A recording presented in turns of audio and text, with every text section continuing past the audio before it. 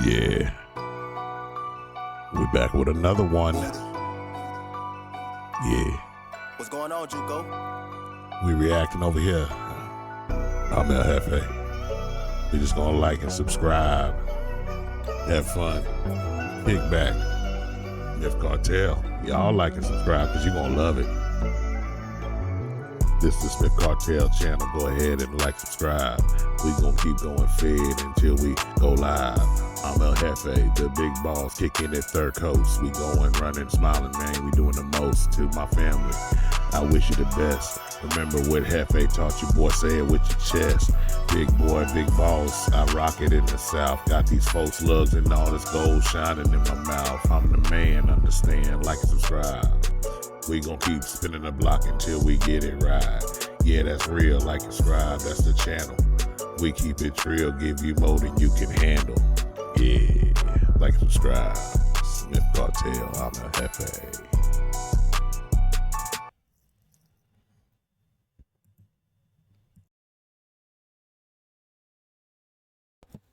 All right. Smith Cartel channel. Y'all like and subscribe. I'm Jefe. We're going to check it out. I'm going to host this one today, baby. Hey, baby.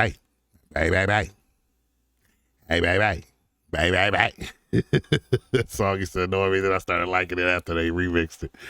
But so yeah, you know what I'm saying? We're gonna check out this video, man. It's crazy. It's supposed to be crazy, man. So shout out to Extra. Let's just say Extra Insanity. All right, so a mass killer realizes he's been caught years later. This is gonna be crazy because I've been working on my Fear Thy Neighbor ones, man. My clips, I gotta put them together, but I've been putting them together. But this one here, because I'm gonna mash up just a bunch of clips for Fear Thy Neighbor, but this here, I know that a lot of people I know love the murder mystery. So let's see what's going down. All right, let's see what's happening. Hey, are you Ross? I'm Tyler Duncan. I'm with Anderson You County ever notice Sheriff's how Office. This is when the Steve. police come, they knock. When the This is detective, Ross I mean, they Velarde. beat. When the detectives For come, the they last tap. 8 years, he and his wife Amy have been living with a terrifying secret they come with that different these agendas. detectives are about to expose. What? I got assigned the case about the homicide that happened in Pendleton in 2015. We'd like to talk to you. Amy's parents, Mike and Kathy, as well as Amy's grandmothers, Barbara and Violet, were brutally murdered inside their own home in 2015, leaving police with the grueling task of solving a quadruple homicide. As family members, we Right, want we got the answers. seatbelt on. But unbeknownst to everyone, Buckle up. Ross and Amy were It's the killers about to all get along. saucy. We're not here because we think you did it or you might have did it. We know you did it. It's piling up, Ross. You don't want to roll the dice on this, I'm telling you.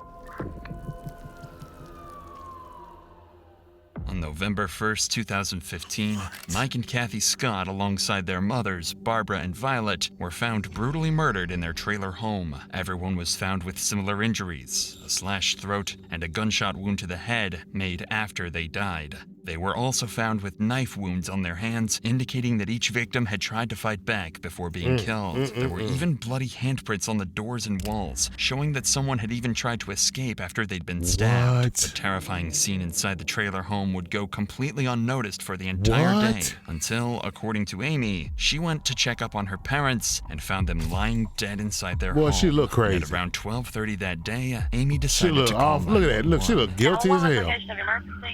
Oh my God! I need somebody out here. What's going on? Oh God! There's 4 people. Guess that's why she wasn't no actress. Who are these people that are in the house?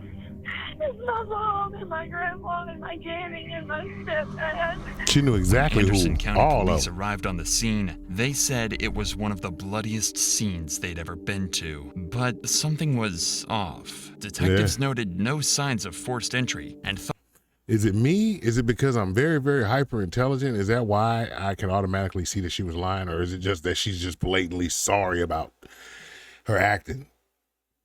I mean, I don't know. It's just the way she talked, what she said, how she said it. She was lying. Just saying. It's how she named my granny, my grandmother, my dad, you know what I'm saying? She named them. If you listen to it, she's crying until that point. Then she just starts talking clearly. Go back and play it. You'll hear it. thought it couldn't have been a robbery as there were multiple valuable items left in plain sight inside the home. This made two things clear to detectives. Whoever was responsible was allowed inside the home before the acts, and that they only had one thing on their mind: murder. It seemed like this case had to have been committed by someone close to Mike and Kathy, but with insufficient evidence, the case slowly went cold, allowing Amy and Ross to get back on the streets and live their normal lives again for years to come.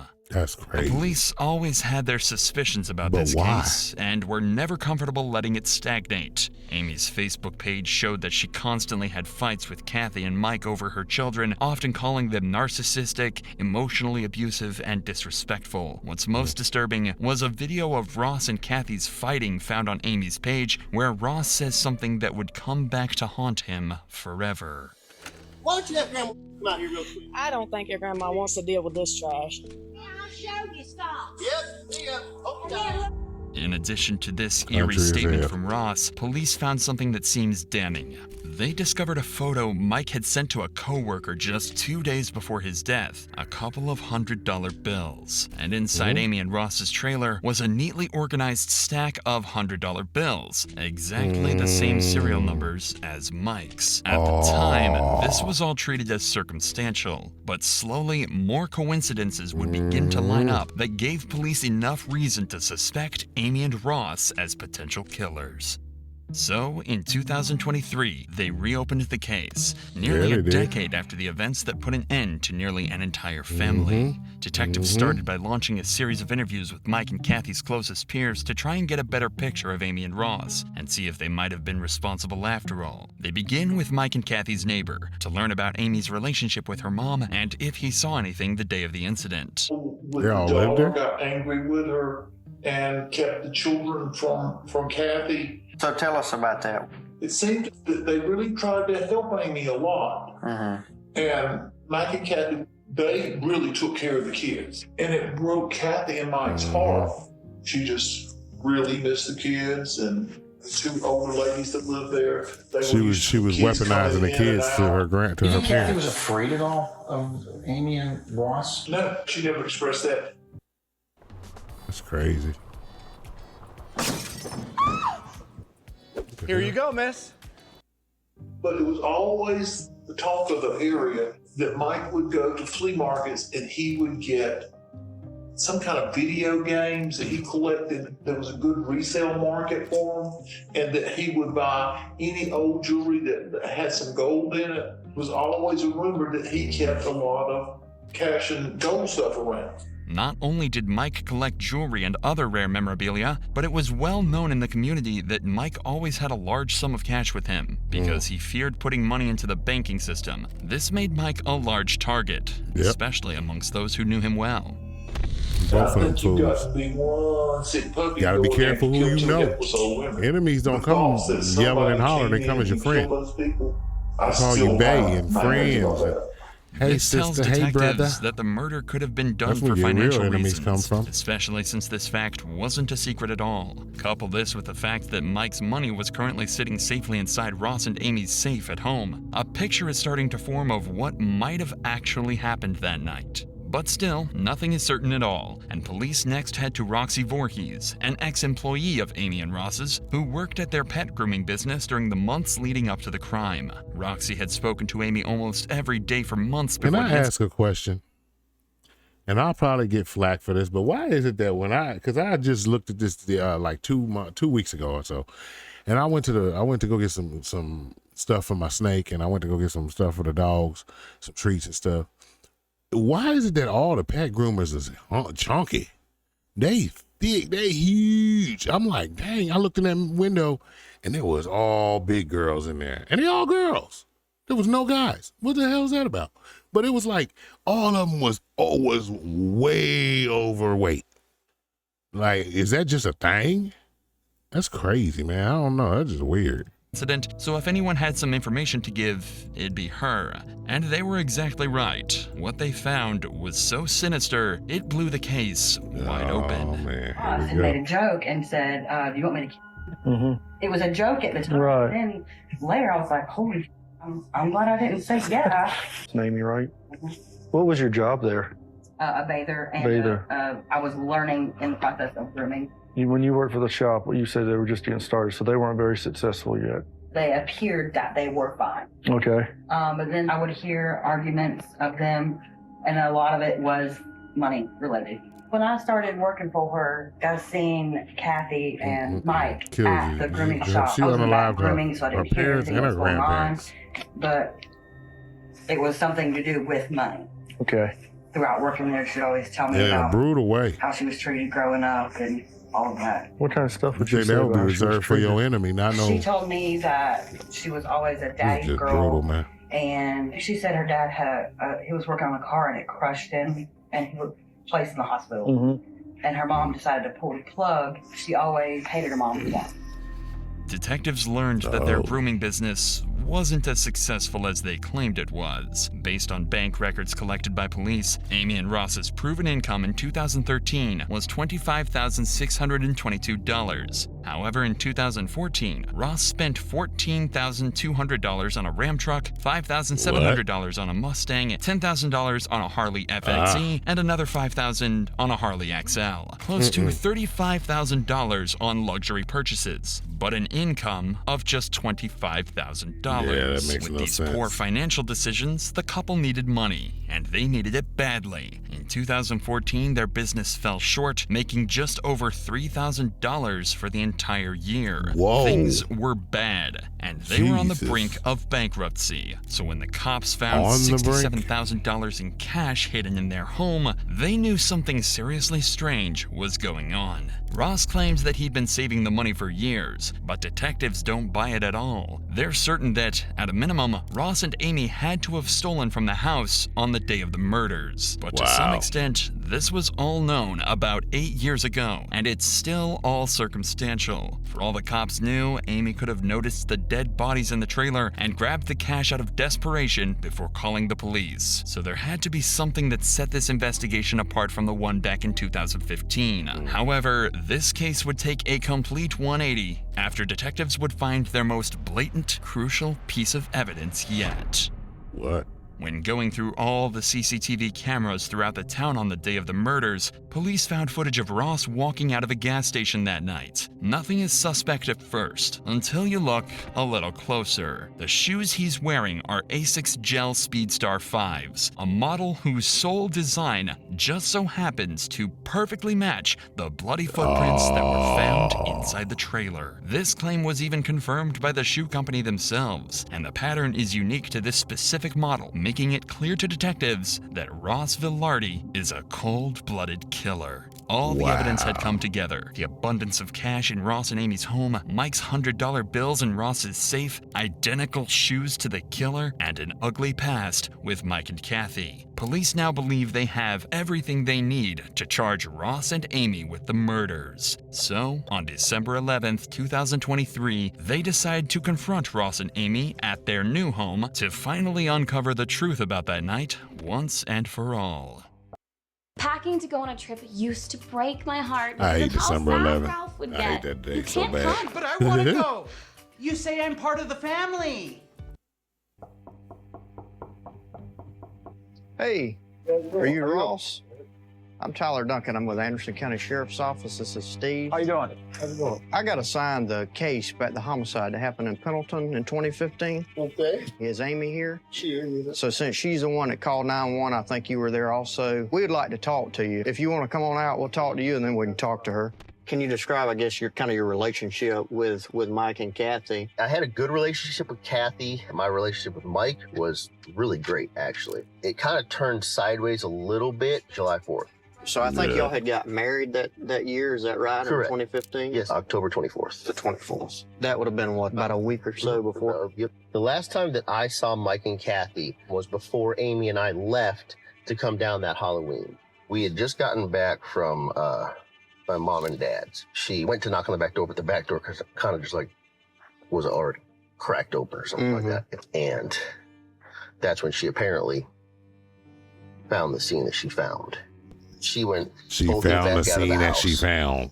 I think she called 911 before she called me, if I remember correctly. So you didn't go over to the other trailer? No. Over to Mike and Kathy's trailer? Correct. I never went in that trailer that day. So after you last seen them, you never went in their place again? Correct.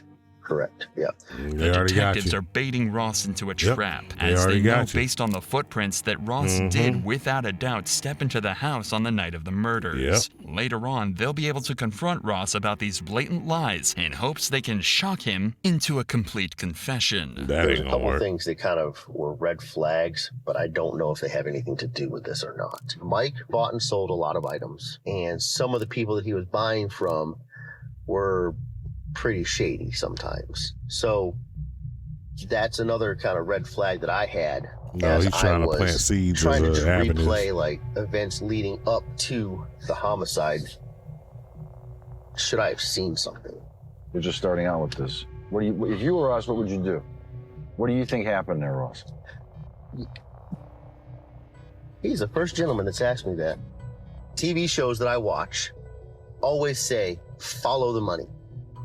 And you find out where the real motives are. Ross is unknowingly digging himself into an even deeper hole. When the money is traced, it leads right back to his and Amy's pockets. But there's only so much Ross can do. The police aren't telling him that he's their main suspect, so all he can do is keep on lying, devastatingly unaware that they've already unraveled his entire scheme. They destroyed our business. From January to when this happened, I made just shy of $100,000 with our mobile grooming business. As soon as this happened, with all the media coverage, all of that went away because of this. And you said you had a large amount of money in your single wide. Is that where the money came from? The money that was in our single wide in my safe, about $80,000, that was literally the life savings between Amy and myself. The detectives know Ross is lying through his teeth, but for the sake of having a civil conversation with Amy, they'll hold off on confronting and accusing Ross. They're saying you only made,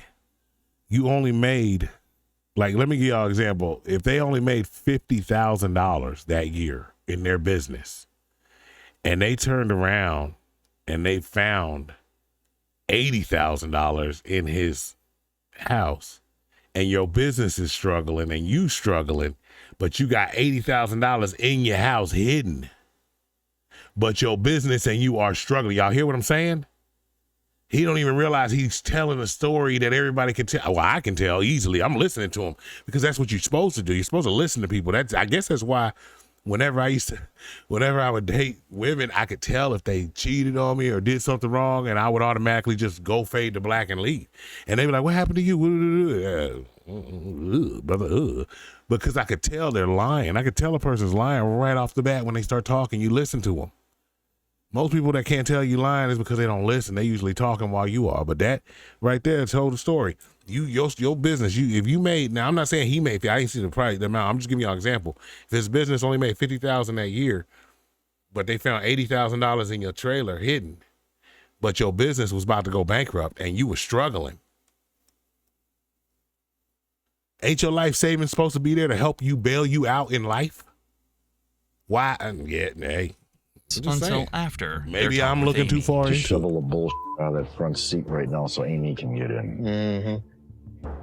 He's the victim, you know. Oh, I got that very quickly. But follow the money. Follow the money.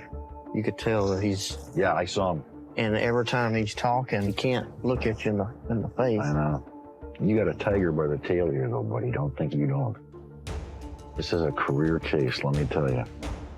Your grandmother, and then obviously Mr. Scott and his mom. What do you remember? What can you help us with? Oh, both of their parents. Yeah, me and my therapist talk about that a lot. Obviously, you got to know finding people doesn't really leave you in the right state of mind. Can do things. Yeah, but making them there is what really doesn't leave you in the right state of mind. Honestly, I can barely remember the funerals. I bet you could. Tell us a little bit about like the relationship. Shut it out your mind after you did it. Like, I guess y'all in the family, something happened? We got into it around 4th of July or something with Mike, but he wasn't a nice person at all. Because I told my mom, look, I don't like it. My kids can't come over there until we straighten some stuff out. So at the time of the murders, you and your mom were back talking, everything was kind of getting patched up? Me and my mother was not a horrible person. She was prickly. She always hated her mom. So can you tell us a little bit about that weekend when Were you gone when you got home and you found the bodies, or what happened?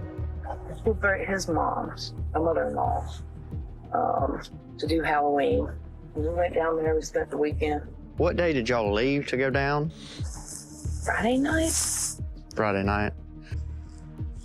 I drove myself Stories mixing up. quite crazy for Stories about all a mixed couple up. of years But I mean, there. she could just lie and say that it's been so long ago she don't remember. I've chosen to Shoot, it could have been yesterday. She wouldn't have remembered. The lie gonna change every time. That's what the only thing about lies is they lie changes every time. Been looking for the past year to get these dental implants put in, because otherwise it would.